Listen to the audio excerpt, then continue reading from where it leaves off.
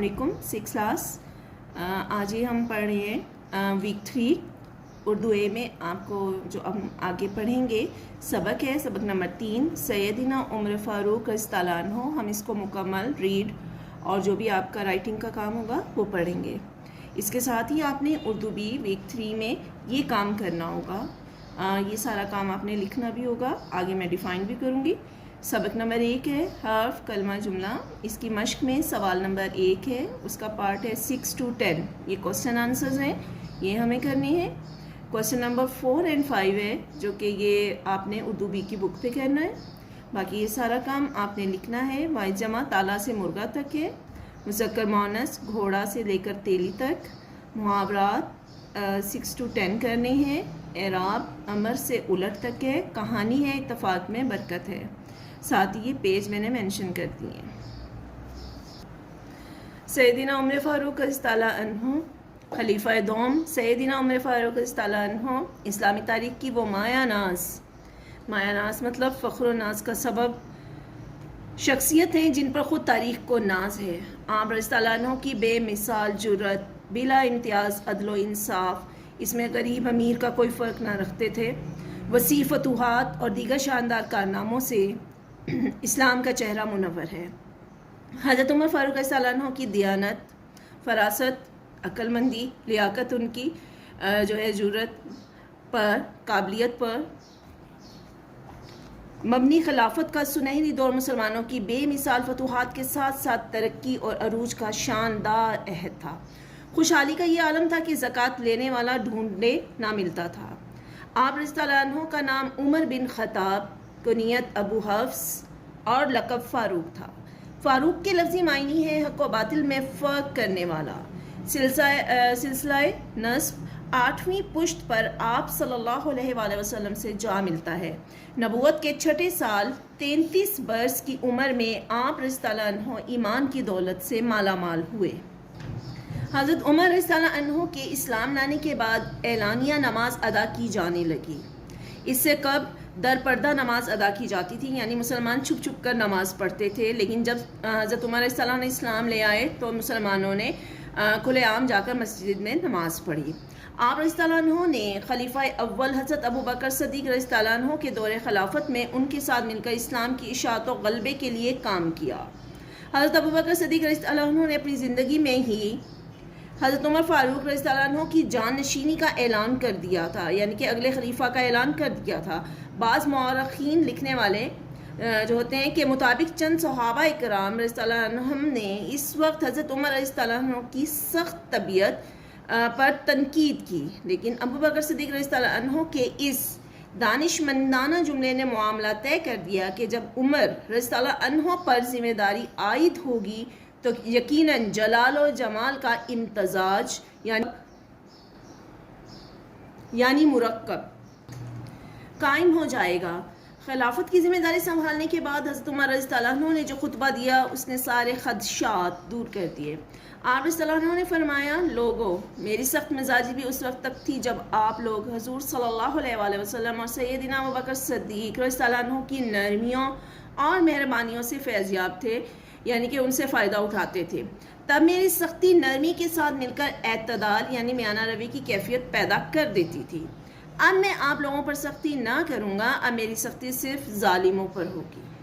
تاریخ گواہ ہے کہ حضرت عمر رضی اللہ عنہ نے اپنی سخت مزاجی کو ہمیشہ حکومتی نظم و نسق کا مطلب ہے حکومت کا قاعدہ یا انتظام کی بہتری کے لیے استعمال کیا, اور سخت ترین احتساب کا یعنی کہ حساب لینے کا, اس کو عدالت کا بھی نظام کہہ سکتے ہیں, احتساب کا نظام قائم کیا. وہ خود کو بھی احتساب کے لیے پیش کرتے تھے. آپ کی خود احتسابی کا یہ عالم تھا کہ فرمایا کرتے, اگر دریائے فرات کے کنارے کوئی کتا بھی بھوکا مر گیا تو عمر جواب دہ ہوگا. یہ ہے آپ رضی اللہ عنہ کا انداز حکمرانی, جسے نہ صرف دور جدید کے اعلیٰ نظام عدل کے متلاشی ڈھونڈنے والے حکمران رہنمائی حاصل کرتے ہیں, بلکہ قیامت تک ہر زمانے کی جدید اور ترقی یافتہ حکومتیں اس نظام حکومت کی اہمیت و افادیت کو تسلیم کرتی رہیں گی. حضرت عمر فاروق رضی اللہ عنہ نے اپنے دور حکومت میں رعایا یعنی اپنی عوام کی فلاح و بہبود بھلائی کے لیے ان گنت بہت زیادہ کام کیے.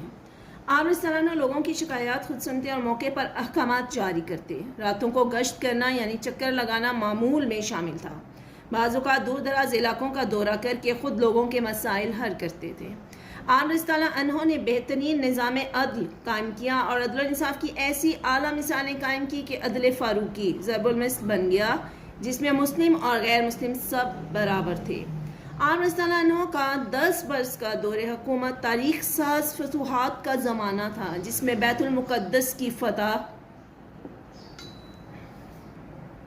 کے علاوہ شام، مصر، عراق، جزیرہ خوزستان، عجم، آرمینیا، آذربائیجان، فارس، کرمان، خراسان اور مکران بلوچستان پر اسلامی پرچم لہرایا گیا. حضرت عمر رضی اللہ عنہ کے دور خلافت میں 3600 علاقے فتح ہوئے، قریباً 900 جامعہ اور 400 عام مسجدیں تعمیر ہوئیں. بیت المال کا محکمہ بھی آپ رضی اللہ عنہ نے ہی قائم کیا اور اس کی شاخیں تمام ضلعوں، صوبوں اور مرکزی مقامات پر قائم کی گئیں. لاوارث بچوں کے روزینے سے یہاں پر مراد ہے یومیہ یا روزانہ تنخواہ، اور اساتذہ کے لیے مشاہرے، ان کی یہ ماہانہ تنخواہ کو کہا گیا ہے، مقرر ہوئے. مہمان خانے بنوائے گئے اور مکاتب و مدارس قائم کیے گئے. عدالتیں قائم ہوئیں. اس کے علاوہ جیل خانے، پولیس کا محکمہ، فوجی دفاتر اور دفتر مال بھی بنوائے گئے. تاریخ اور سن کا معتبر نظام جو آج بھی رائج ہے، حضرت عمر فاروق رضی اللہ عنہ کے دور کا سنہری کارنامہ ہے. حضرت عمر رضی اللہ عنہ نے آبادی کے بہترین نظام کے نفاذ کی خاطر نئے شہر بسانے کا حکم دیا. حکومت نے اعلان کر دیا جو لوگ غیر آباد اور بنجر زمینوں کو آباد کریں گے وہی ان کے مالک تسلیم کیے جائیں گے. آپ رضی اللہ عنہ نے مکہ سے مدینہ تک مسافروں کے لیے مسافر خانے بھی تعمیر کروائے. مردم شماری کا یعنی کہ گنتی کا یہ جو کام تھا، آغاز حضرت عمر فاروق رضی اللہ عنہ کے دور میں ہوا اور پیمائش کا نظام بھی جاری کیا گیا. زراعت کی ترقی کے لیے نہریں کھدوائی گئیں. مختصر یہ کہ حضرت عمر فاروق رضی اللہ عنہ کا دور خلافت انقلابی اصلاحات کا ایسا دور تھا جو سیاسی، سماجی، معاشی، عسکری اور فوجی لحاظ سے اور زرعی لحاظ سے ایک مکمل عہد تسلیم کیا جاتا ہے. حضرت عمر فاروق رضی اللہ عنہ نے 1 محرم الحرام 24 ہجری کو 63 سال کی عمر میں جام شہادت نوش فرمایا. آپ رضی اللہ عنہ کے 10 سال 6 ماہ اور 10 دن پر مشتمل عہد خلافت میں اسلامی سلطنت 22 لاکھ مربع میل کے وسیع علاقے تک پھیل چکی تھی. دنیا اسلام کے اس عظیم رہنما کو حضور اکرم صلی اللہ علیہ وآلہ وسلم کے روزے میں حضرت ابو بکر صدیق رضی اللہ عنہ کے پہلو میں دفن کیا گیا. علامہ شبلی نعمانی الفاروق میں رقم طراز ہیں، لکھتے ہیں کہ تمام دنیا کی تاریخ میں کوئی ایسا حکمران دکھا سکتے ہو جو حشم و خدم سے مراد ہے ملازمین نوکر چاکر کے نام سے آشنا نہ ہوا، اور پھر روب و داب کا یہ عالم ہو کہ عرب و عجم اس کے نام سے لرزتے ہوں، اور جس طرف رخ کرتا ہو زمین دہل جاتی ہو، کانپ جاتی ہو. یہاں پر آپ کا کاپی ورک سٹارٹ ہوتا ہے. ڈیٹ، ویک لکھیں گے آپ. اس کے بعد سبق نمبر 3 ہے سیدنا عمر فاروق رضی اللہ عنہ. اس کے الفاظ معنی ہیں: مایا ناز، فخر و ناز کا سبب، منور، روشن یا تابع، اشاعت، پھیلانا، مشہور کرنا، امتزاج، آمیزش، مرکب، 2 چیزوں کا ملنا، نظم و نسق، حکومت کا قاعدہ یا انتظام، فلاح و بہبود، بھلائی بہتری، روزینے، یومیہ یا روزانہ تنخواہ، مشاہرے، ماہوار تنخواہ، رقم طراز، لکھنے والا، حشم و خد، ملازمان، نوکر چاکر. نیکسٹ پیج پر آپ ریڈی کریں گے الفاظ جملے. تنقید، ہمیں دوسروں پر تنقید نہیں کرنی چاہیے. فیضیاب، ہم اساتذہ کے علم سے فیضیاب ہوتے ہیں، فائدہ اٹھاتے ہیں. اعتدال، میانہ روی، ہمیں ہر کام میں اعتدال پسند ہونا چاہیے.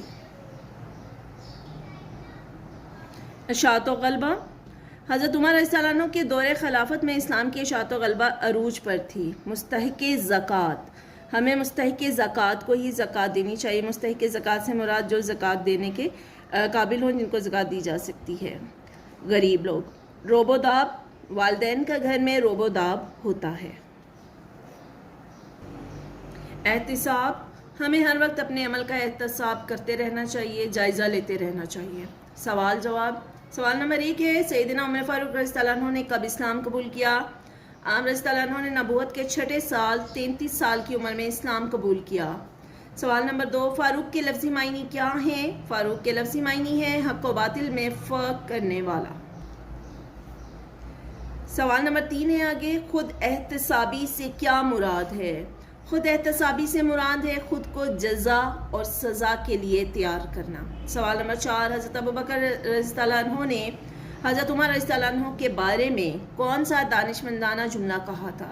حضرت ابوبکر رضی اللہ عنہ نے فرمایا کہ جب عمر رضی اللہ عنہ پر ذمہ داری عائد ہوگی تو یقیناً جلال و جمال کا امتزاج قائم ہوگا۔ سوال نمبر 5 عدل فاروقی ضرب المثال بن گیا، اس سے کیا مراد ہے؟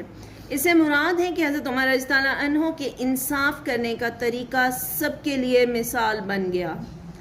سوال نمبر 6 ہے حضرت عمر فاروق رضی اللہ عنہ نے کس عمر میں شہادت پائی؟ حضرت عمر فاروق رضی اللہ عنہ نے 63 سال کی عمر میں شہادت پائی۔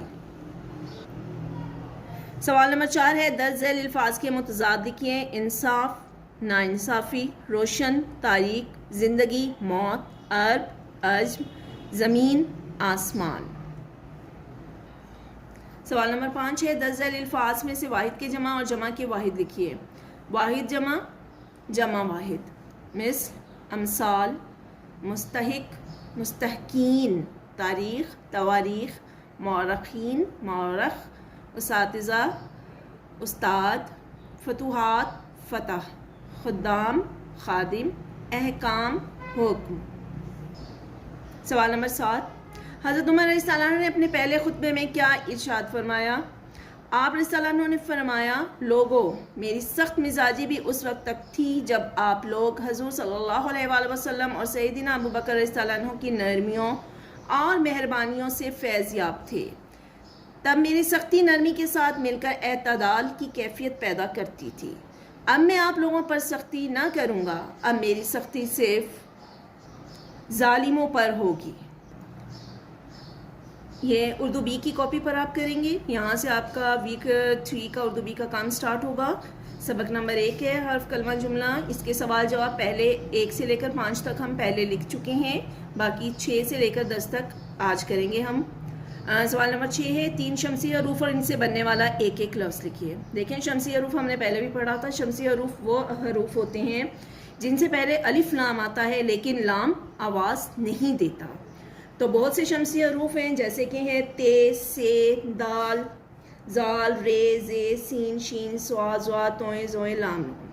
ٹھیک ہے، کیونکہ یہاں پر ہمیں کہا گیا ہے 3 لکھنے ہیں تو تے، سے، دال، ان سے بننے والا ہم ایک ایک لفظ لکھیں گے۔ تے سے التاریخ، لام جو ہے وہ آواز نہیں دے رہا۔ سے السمر، دال سے الدین۔ ٹھیک ہے، آگے ہے قمری حروف۔ سوال نمبر جو ہے آگے 7 ہے 3 قمری حروف اور ان سے بننے والا ایک ایک لفظ لکھیے۔ قمری حروف وہ حروف ہوتے ہیں جن سے پہلے الف لام آتا ہے، الف لام آئے اور لام آواز بھی دے۔ اب بہت سے قمری حروف ہیں جیسے کہ الف، بے، جیم، ہے، خے، عین، غین، فے، کاف، کاف، میم، واو، ہے چھوٹی ہے۔ چونکہ یہاں پہ ہمیں کہا گیا 3 تو ہم الف، بے اور جیم ان سے بننے والا ایک ایک لفظ لکھیں گے۔ الف سے الاول، الباب، الجلیل۔ آگے ہے سوال نمبر 8 لفظ کی کون کون سی 2 قسمیں ہیں مثال بھی دیں۔ کلمہ، محمل۔ جس لفظ کے کچھ معنی ہوں اسے کلمہ کہتے ہیں اور جس لفظ کے کچھ معنی نہ ہوں اسے محمل کہتے ہیں۔ اس کی مثال ہوگی جیسے گپ شپ، پانی وانی۔ ان دونوں الفاظ میں گپ اور پانی کلمہ ہے کیونکہ ان کا مطلب بنتا ہے۔ گپ کا مطلب بات چیت کرنا ہے، پانی پانی ہے، تو یہ دونوں لفظ کلمہ ہیں۔ اس کے علاوہ جو شپ اور وانی ہے ان کا کوئی مطلب نہیں ہے، تو یہ الفاظ جو ہیں یہ محمل ہیں۔ سوال نمبر 4 ہے آگے کلمہ کسے کہتے ہیں؟ جس لفظ کے کچھ معنی ہوں اسے کلمہ کہتے ہیں۔ سوال نمبر 5 ہے کلمے کی کون کون سی قسمیں ہیں؟ ہر ایک کی وضاحت کے ساتھ مثال بھی دیں۔ کلمہ کی 3 قسمیں ہیں، اسم، فعل، حرف۔ اسم وہ کلمہ جو کسی شخص، چیز یا جگہ کا نام ہو اسے اسم کہتے ہیں، جیسے احمد، قلم، ہمالیہ، سمندر وغیرہ۔ فعل وہ کلمہ جو کسی کام کی کرنے یا ہونے کو ظاہر کرے اسے فعل کہتے ہیں، جیسے لکھا جا رہا ہے، جائیں گے وغیرہ۔ حرف یہ وہ کلمہ ہوتا ہے جو نہ ہی کسی شخص، جگہ یا چیز کا نام ہو، نہ ہی اس سے کوئی کام کرنا ظاہر ہوتا ہو، اسے حرف کہتے ہیں۔ حرف کون سے ہوتے ہیں؟ جیسے نے، سے، پ، کو، تک وغیرہ۔ آگے بک ورک کرنا ہے ہمیں، سبق نمبر 1 اور اس کی مشق کا سوال نمبر 4 ہے۔ فعل لگا کر جملے مکمل کیجیے۔ طالب علم نے امتحان میں نمایاں کامیابی حاصل کی۔ لڑکے کھیل کے میدان میں کھیل رہے ہیں، جاؤ اپنا کام کرو۔ اس نے محنت کی اور انعام پایا، خوب دل لگا کر پڑھو۔ سوال نمبر 5 ہے، کالم الف میں کچھ الفاظ ہیں، کالم بے میں بتایا گیا ہے کہ وہ قواعد میں کیا ہیں مگر ان کی ترتیب غلط ہے۔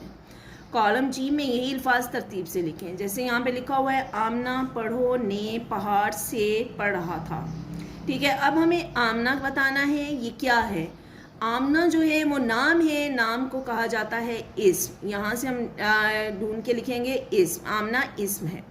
پڑھو، پڑھو جو ہے وہ کام کرنا یا ہونے کو ظاہر کرتا ہے، تو یہ پڑھنا فعل ہی آئے گا، فعل۔ نے یہ حرف ہے، پہاڑ اسم ہے، اسم آئے گا، سے حرف ہے، حرف آئے گا، پڑھ رہا تھا کام کرنے کو ظاہر کرتا ہے، تو یہ فعل آئے گا۔ واحد جمع جو کہ پیج نمبر 33 پر موجود ہیں، یہ آپ نے اپنے کاپی پر رائٹ کرنے ہیں۔ تالا تالے، توا توے، تلوا تلوے، ٹکڑا ٹکڑے، جوتا جوتے، جولا جولے، چوہا چوہے، چولہا چولہے، چمٹا چمٹے، چہرہ چہرے، حکا حکے، شیشہ شیشے، طوطا طوطے، قاعدہ قاعدے، کوا کوے، کتا کتے، گھوڑا گھوڑے، گدھا گدھے، لڑکا لڑکی، مرغا مرغے۔ مذکر مؤنث جو کہ پیج نمبر 44 پر موجود ہیں، یہ بھی آپ نے کاپی پر لکھنا ہے۔ گھوڑا گھوڑی، گدھا گدھی، لڑکا لڑکی، نانا نانی، نواسا نواسی، بھکاری بھکارن، بنگالی بنگالن، بھنگی بھنگن، بھٹیارا بھٹیارن، پنجابی پنجابن، پڑوسی پڑوسن، پٹواری پٹوارن، پجاری پجارن، پارسی پارسن، تیلی تیلن۔ آگے محاورات ہیں، 1 تا 5 ہم پہلے کر چکے ہیں، 6 سے لے کے 10 تک کرنے ہیں۔ چھٹا ہے اپنا الو سیدھا کرنا، اپنا مطلب نکالنا۔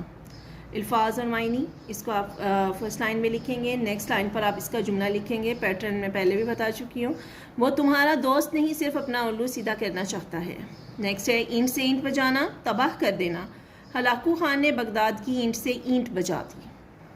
آگے محاورات ہیں، آسان خطا ہونا، گھبرا جانا، شیر کو سامنے دیکھتی اس کے آسان خطا ہو گئی۔ اپنے منہ میاں مٹھو بننا، اپنی تعریف آپ کرنا، تعریف تو وہ ہے جو دوسرے کریں، اپنے منہ میاں مٹھو بننے کا کیا فائدہ۔ باغ باغ ہونا، بہت خوش ہونا، بیٹا امتحان میں اول آیا تو باپ کا دل باغ باغ ہو گیا۔ اعراب، الفاظ کے تلفظ کو واضح کرنے کے لیے زبر، زیر، پیش، جزم اور شد کی علامتیں استعمال ہوتی ہیں۔ دیکھیں ہمیں یہاں پر امر سے لے کر الٹ تک کرنے ہیں۔ یہ کس طرح سے آپ زیر زبر لگائیں گے، الف زبر میم ام، رے ساکن امر، میم کے اوپر جزم ہے۔ الف زبر بے اب، رے کے اوپر جزم ہے، ابر۔ الف زبر آ، سے زبر رے سر، اثر۔ اعظم، الف زبر عین آ، زوئے زبر میم زم، آ زم۔ الف زبر صاد اس، لام ساکن اصل۔ اصول، الف پیش او، صاد پیش وسو، اسو، لام ساکن اصول۔ اختصار، الف زیر خے اخ، تے زبر تی، صاد زبر الف سا، اختصار، رے ساکن اختصار۔ اخلاق، الف زبر خے اخ، لام زبر الف لا، اخلاق، کاف ساکن اخلاق۔ اقوال، الف زبر کاف اق، واو زبر الف وا، اقوال، لام ساکن اقوال۔ انتقال، الف زیر نون ان، تے زیر تی، انتی، کاف زبر الف کا، انتقال، لام ساکن، انتقال. احسان، الف زیر ہے اہ، سین زبر الف سا، احسا، نون ساکن، احسان. آگے ہے افق، الف پیش او، فے پیش کا، فک، افق. الف زبر رے ار، زواد ساکن، ارس. افضل، الف زبر فے اف، زواد زبر لام زل، افضل.